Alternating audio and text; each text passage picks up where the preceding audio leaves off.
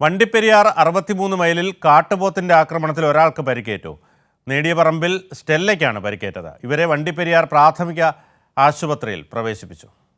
വണ്ടിപ്പെരിയാർ 63 മൈലിൽ ഏലത്തോട്ടത്തിൽ ജോലി ചെയ്യുന്നതിനിടെയാണ് തൊഴിലാളി സ്ത്രീക്ക് നേരെ കാട്ടുപോത്തിന്റെ ആക്രമണമുണ്ടായത്. സഹതൊഴിലാളികൾക്കൊപ്പം ഏലത്തോട്ടത്തിൽ ജോലി ചെയ്തിരുന്ന നെടിയപ്പറമ്പിൽ സ്റ്റെല്ലയ്ക്ക് നേരെയാണ് കാട്ടുപോത്തിന്റെ ആക്രമണമുണ്ടായത്.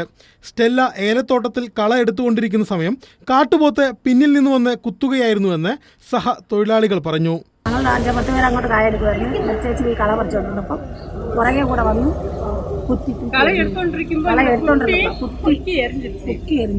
കാട്ടുപോത്തിന്റെ ആക്രമണത്തിൽ പരിക്കേറ്റ സ്റ്റെല്ലയെ വണ്ടിപ്പെരിയാർ സാമൂഹികാരോഗ്യ കേന്ദ്രത്തിൽ പ്രവേശിപ്പിച്ചു. പീരുമേട് MLA വാഴൂർ സോമൻ ആശുപത്രിയിലെത്തി പരിക്കേറ്റ സ്റ്റെല്ലയെ സന്ദർശിച്ചു. വിവരമറിഞ്ഞ് ആശുപത്രിയിലെത്തിയ വനം വകുപ്പ് ഉദ്യോഗസ്ഥരുമായി നാട്ടുകാർ നേരിയ വാക്കേറ്റമുണ്ടായി. കഴിഞ്ഞ കുറേ നാളുകളായി പ്രദേശത്ത് വന്യമൃഗശല്യം രൂക്ഷമാണെന്നും ഇതിന് ശാശ്വത പരിഹാരമുണ്ടാക്കണമെന്നും പ്രദേശവാസികൾ MLAയോടും വനം വകുപ്പ് ഉദ്യോഗസ്ഥരോടും അഭ്യർത്ഥിച്ചു. പരിക്കേറ്റ സ്റ്റെല്ലയെ പ്രാഥമിക ശുശ്രൂഷകൾക്ക് ശേഷം പീരുമേട് താലൂക്ക് ആശുപത്രിയിൽ പ്രവേശിപ്പിച്ചു. കൈരളി ന്യൂസ്, ഇടുക്കി.